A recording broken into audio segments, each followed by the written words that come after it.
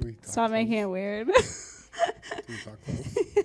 We don't. You're too close. You're in my personal space. Okay, welcome to the stream. Mat Lunnen, already making it super awkward for me. But I'm still happy to have him here. You fit in the screen, right? Yeah, you're fine. You're good. Yeah, you have to be the same height as me to play on here. Yeah. So welcome tonight. You're going to be playing under your new alias, Maserati. Correct. Is that how I say it, Maserati? Maserati, like the car.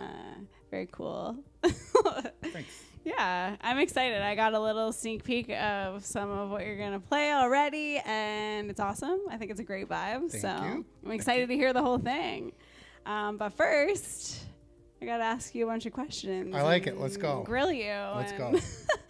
See how everything came to be. So how did you start DJing? How did you get into it? So I was like, so you're gonna make me feel really old here. I was like Gen 1 ravers, like back in the early 90s, That's right? crazy. So Real old man right here. yeah, Real my old. first party I went to was called Chains of Love. It was at Oz nightclub. It was thrown by Atlantis. Is it in Toronto? Yeah, in Toronto. Okay. That was February 14th, 1992. Oh my gosh. I know, I crazy, was a wee right? baby. So like, I caught that rave boom, right? Yeah. Like when raves in the 90s just kind of blew up. Okay. And I fell in love with it, like, you know, trance, techno, house, jungle, breaks, everything of it. all in one room. Yeah. Right? Like, you know, you'd go from a house DJ to a jungle DJ to a trance DJ. Like, I think we should still do that. I think we should, right? I love that. I think that we should, right? And there's Yeah. always variety. Totally. So I fell in love with it, became like a hardcore raver, right? Was just going to raves. Here's the funny thing. Back then, there was only one rave per month. Only one per month. Wow. One- I mean, that's kind of good because then you don't get like burnt out Yeah. from like going to everything. There was one and you're, rave like, per excited month, and you about had to it. call a hotline, and we had to go meet at Union Station and take Yeah. a shuttle to the location. That's cool. It's like this super secret underground society that we're a part We of. need to bring that back. Yeah, so I totally fell in love with like all of that, and then like that kind of got long in the tooth after a few years, and I decided to like learn how to play music instruments, Okay. and then I Oh, joined. is that when you joined the band? and Yeah, I stuff? was in a Okay. couple of pretty like well-known hardcore like metal bands. Oh, I always thought that was before you DJ'd. I didn't No. realize that was well, no, after. that was before I DJ'd, Oh, okay. right? So Okay. I was strictly a dancer Okay. in the first time, right? Just Okay. enjoying it. Yeah. And then learned how to play a bunch of musical instruments. And then Okay. when the band thing like started to die down, Yeah. I was like, I'm gonna maybe start picking up DJing. And I had a close Yeah. friend of mine who was a DJ, had all the gear at his house. So I started buying records, you know, the big black things. And Yeah. we Records. we were lugging those around club to club. So that was Fun. probably 2000, Okay. right, when I started. So I've been DJing for 25 years. That's a while. Yeah, it's a long time. Yeah, it's a little while. Yeah. But you forgot how to DJ tonight, right? That's Well, what you said? I mean, it's been a while since I DJed, so I've been holed up in the studio. My last gig was a house music gig under my name, Mat Lunnen. And I just like, I don't know.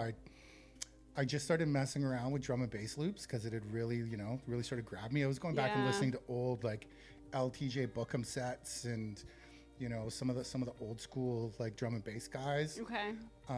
And I just got hooked and I started making loops, and then I put like my first, I'll play it tonight. It's called Get Down, was the first drum and bass tune that I made. Yeah. And I was like, I love it. And I shared it with a few people. They're like, dude, this is fire. Yeah. So, Totally. It's a great vibe. but what it did is it really Very like, trendy too. yeah, creatively, it just like excited me so much, right? Where I Yeah. got super jacked up creatively again. Yeah. You need and that. and I was like, I'm gonna do an album, and I set a deadline for the album. And Jason Carpenter, what's up, booked me for the Tea and Sugar show. No, I saw that and I'm like, oh, Yeah. and then I realized you were still working on music and I was like, oh my gosh, that's Yeah, Good so I for mean, I you. sort of Stressful. set that deadline to have the album done, and like full and transparency. you did it though. You I did got it. like 3 of the masters back today, Yeah. right? So I've never actually mixed it together. So You'll be fine. we're gonna give it a go. See what Yeah, happens. we're gonna see what 25 years of DJing. Yeah, it's well, gonna be I great. mean, It's gonna be great. might not get me too far. You'll be fine. But what inspired, I guess, like the music inspired this change, but kind of like, is there anything else that inspired this new album for you? You know what? So like house music, like I find when I, like I want to emote emotion into the music, right? And I find when I'm making house music and I do that, it comes across very low key, very jazzy. Yeah. And it was never stuff that I felt like I could play in a club. Okay. Right. And if I did play it, it would be like at 10 o'clock, right? Because really organic, really sort of laid back. And I found that drum and bass was different. Like I could still keep like super high energy, but it still gives me the ability to like emote and, put feeling behind it. Definitely. Your stuff's very melodic. Very melodic, very, a lot of stories in there about my life. Yeah. For sure. Yeah. Yeah. But all of his exes. We're going to hear about all of the exes. No. Just in general, it's like, it's kidding. just, if you just, the titles of the tracks and. Are you going to be telling us the track titles as we go as well? No. Okay, I will. Don't worry. Yeah, I'll hop in and be you like, can, this for is sure. this one. If you go to Maserati 74 on SoundCloud, 9 of the 10 tracks are up there now. The last one's just being mixed and mastered. But I have 9 of them here with me. It's a 10-track album, which I never thought I would see the day. I was struggling. I was going to release a 7-track album. Yeah. And then in the last 2 weeks, I put I know. out, You keep bringing more. You're Yeah. like, oh, I have another one. Oh, I have another one. I pumped out 3 more. Yeah. And I've learned so much in the studio doing this. Yeah. That now, like, I'm already excited to do the next one. That's amazing that you're Yeah. like have this new inspiration and it's like this creative spark. Like Yeah. that's so exciting. Yeah. Yeah. So I'm excited for you and thank all you. of the fun things that are going to come with this album. Yeah, well, Release exciting for stuff. you. 17 Audio label out of LA is picking up the album. Yeah. So it's going to get released at some point. We're still working out the dates and stuff like that, but nice to have them on board.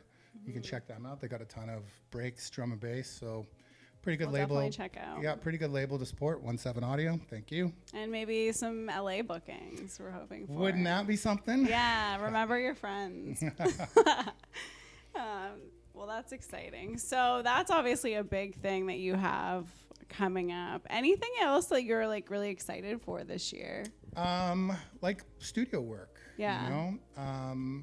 Yeah, I've just fallen in love with that process. And like I said, creatively, like I've opened up new doors and learned new techniques. And, there's some really great drum and bass producers. Like check out Monroe from the UK.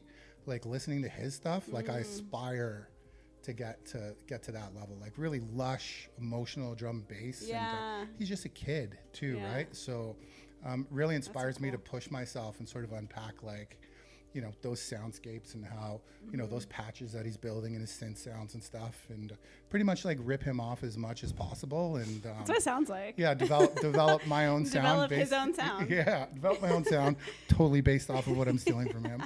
I love it. No, but it's just like opening up new doors for me. I mean, like I've been exposed to so much drum and bass my whole life. Jungle, massive in the 90s. Yeah. Toronto- It's gotta come. I feel like it's all coming back though. Yeah, we'll see. Yeah. I mean, everything's sort of in cycles, and Definitely. I mean, trance is back. We just saw trance in Toronto. yeah, melodic techno. What are the kids It's the calling same it? thing. Yeah, it's the same It's like the thing, same right? thing. Yeah. I If I know. hear somebody say, "I play melodic techno" one more time, I say it all the time. Yeah, That's because some people don't know what trance is. Yeah, lose my marbles. But it's because I like trance. So Yeah, that's okay. To each his own. yeah. Well, let's take it back. And so you started with turntables, and that's what you learned on. And then how did your equipment progress as you progressed as a DJ? It was funny. So I was broke as shit when I was young, right? Yeah. So I Aren't we all? didn't have turntables. Yeah. right? Okay. So you were borrowing your friends, or I didn't borrow any. I would Oh. buy records, and Okay. then I would take my records to my friend's place. Yeah. And he would show me how to mix. Okay. And it was a crazy thing. Like as soon as I started buying records, I started throwing parties. Yeah. Right? And I booked myself to open the parties. Okay. Right? Smart. Right. So you've been doing parties as long as you've been DJing, 25 essentially. years, Oh yeah. my gosh. Yeah, 25 years. So Matt does a lot of events here in town as well. yeah, so. started in Toronto. And then a little 15-year break from doing events while I raised some children, and you know, and now I have the freedom to be able to do that again. Did the adulting thing. Yeah, right. Well, and my now kids you get to do more fun. My kids are older, teenagers now, Yeah. right? And I find myself with a lot more time. You know, but throwing events was really like, I've never wanted to have to ever rely on anybody to give me opportunity. Yeah. You know, I just wanted to go and make my own opportunity. And, you know, then when you're starting to do events, and if the events are good, other quality people are drawn to your events too, and you can collaborate and you can do stuff together. That's smart. But I just never felt good about like, oh, like, book me, book me, book me. I feel like right? a lot of people get into that trap of just like expecting to be booked by people, and you're like, well, what? You can make your own opportunities. There's so many things. Like you're doing, right? Like you're doing the There's same a live thing. stream right now. Yeah, with a live stream and your play productions and your Yeah. parties and your dollhouse stuff, right? It's Exactly. about making your own opportunities, because then again, like, you can kind of just do it whenever you feel like doing it. Yeah. And Yeah, you know, don't have to wait. You can be like, oh, I feel like playing this. You will get excited. Or maybe there's a set you want to do, and you're like, great, I'm going to. And I mean, that's great advice to all you young DJs out there as well, Yeah. is create your own opportunities, because as you probably know, and I know, like being a promoter, is it can get annoying sometimes when people are like, book me, book me, book me, book me, book me, list my mix, book me, and you're like, okay, just like give me a minute. Chill. Yeah, give me a minute, right? Just give me a minute. No, for sure. So what other advice then do you have for new or aspiring DJs in your 25 years of experience? Play from the heart. Like, I think people get stuck like, I'm a trance DJ or I'm a techno DJ. It's melodic techno. Thank you. Yeah, melodic techno, whatever you want to call it. Just play what you're feeling, you know what I mean? And like, you know, if you go from house to techno to a little bit of breaks to like, you know, whatever it is, like, that's cool. It's more interesting. Yeah, and like seek music, right? You know, I'm not going to call people out or anything like that, but I mean, like, I've been out and, you know, listening to DJ sets, and it's like, that's the Beatport Top 100 that you're playing right now, you know, and it's just like the obvious tunes. Totally. You know, and it's like, dig, right? Like, there's a lot of, like, if you go on to these sites, there's tons of music being released. Yeah. And a lot of it is buried. Go find it, you know, because then you got this track that nobody else is really playing. Yeah. And it sets you apart a little bit, right? Definitely. I think it's good to like have to explore, find new artists, especially like smaller artists, be able to support them. And I think that there's still a way to like put in some of the Beatport Top 100 as well as like these small artists, and be like, okay, you know this song, but you don't know this song. Yeah, well, I mean, I do that with sort of like classics, right? So I'll sprinkle a classic. Like, totally. But you hate remixes. Well, I hate bootlegs. There's a difference, right? You call it a remix, but when it's a 4/4 beat behind Hotel California, I'm just gonna shoot myself. It's a great song, everyone. It's great. No shade. No. So, what's your setup like now? And is there anything that you want to get, either for your DJ equipment or like for production, for like your studio at home? Is there any equipment that you're like really wanting right now? I spoiled myself this year. Okay. Like, my studio is stacked, right? So I've seen it. It is pretty nice. yeah, I just bought like an MPC, so I've been doing a lot of beat building with the MPC, so like loading samples in and sort of that's how I'm building most of my beats, is using that. But you know, like gear wise, I mean, no, at this point. You got everything? That's yeah, a nice spot. well, A nice spot from like... I've got everything like now. Yeah. Right? And there's Yeah, going to be some plugins. Like, I'm probably going to be really more interested on the plugin side of things. Yeah. You know what I mean? Yeah. Always on the hunt for like really nice reverbs and compressors and stuff like that for the studio. But like, I think like my workflow is pretty tight at this point. Like, the only thing that I'm looking for is like more knowledge on like how to build soundscape. You know? Like, all the gear in the world, you know, doesn't boost creativity, right? No, it definitely doesn't. I mean, if anything, I feel like it could hinder it almost. But what are some of your favorite plugins that like you use all the time? Well, obviously Serum. I am on a mission right now with Serum in terms of like bass patches, layering. Yeah, I'm just on a, you know, like I fell into this trap where I would be like, I'm always buying the next plugin. Yeah. You know, I'd be like, oh, this new pull deck plugin, or Waves has got this new thing, and I'd be buying them all, and I wouldn't know how to use any of them. That makes sense. It's like you can't. I feel like you can if you're buying them so quickly. Like it takes time to like get to know what they do and use them. Yeah. Totally. So now, like, you know, I want to sort of stay as in the box as possible with Ableton. There's so much there. There's so many features. There's so much, you know, native inside of Ableton. But I mean, you know, and I'm gonna just try and master that plugin as much as I can.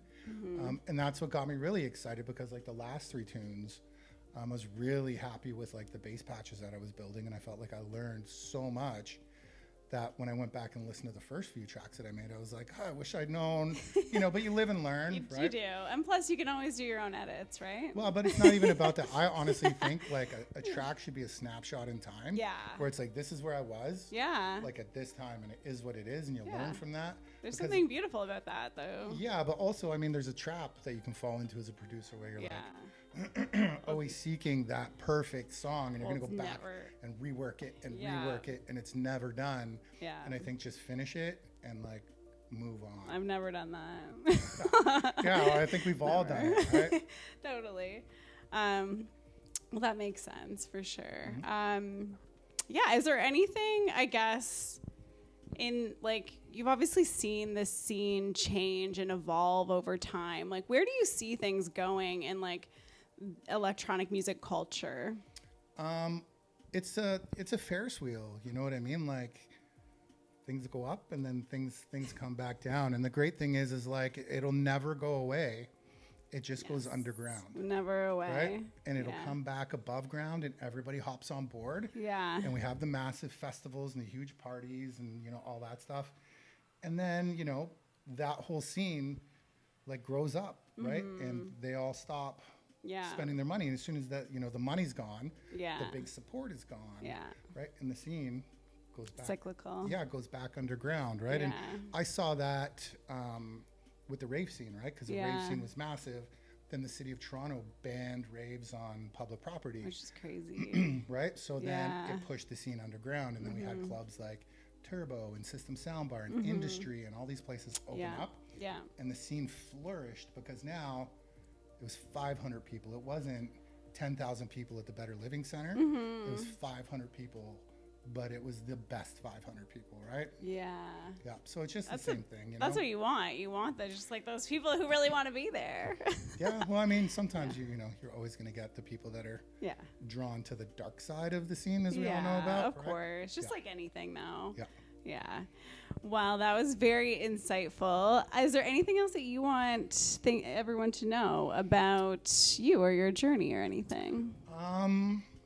No, just always keep evolving. And, you know, like if you're ever feeling stuck, because I definitely did feel stuck, like in the house music thing. And, you know, I felt like my production skills had stalled, and I'd released, you know, tons of house tracks. Definitely. I have a bunch of your tracks. I play them all the time. I probably play them more than you do. I never. I know I do. That's why this is a little bit different, because I mean, like, you know, this first part of the set that we're going to do, it's like the first time that I played. Well, I think I played an all original set with you once with my house music stuff. Yeah, I think so. But even then, it was like, you know, it was kind of all over the place. It wasn't an album. Those were all just singles that I made. They're all super different sounding. Yeah. So it's hard to DJ them together and put a set together. But I did this kind of like trying to build a journey, right? So I have no idea how it's going to go. It's going to go great. And we're very excited for it. The whole goal here is like, I'm going to stem all this stuff out into a live PA and hope for the best. It's going to be great. And so you're playing on Saturday. At Rum Runners. And you're opening for Tea and Sugar. Yeah. So I think they're from the Netherlands, maybe. Okay. Big drum and bass guys doing a lot of sort of big room, loud, buzzy stuff. Not going to get that from me. I'm sort of still more on the smoother edge of. That's the perfect way to start the night for that. Yeah. So it's going to be great. Yeah. So still, you know, very, very melodic, a little bit more low key. Yeah, so if anybody wants to hear that on a big sound system, which you're going to want to, then definitely check that out. And we will get right into the music as soon as Matt signs the wall. So, hold on.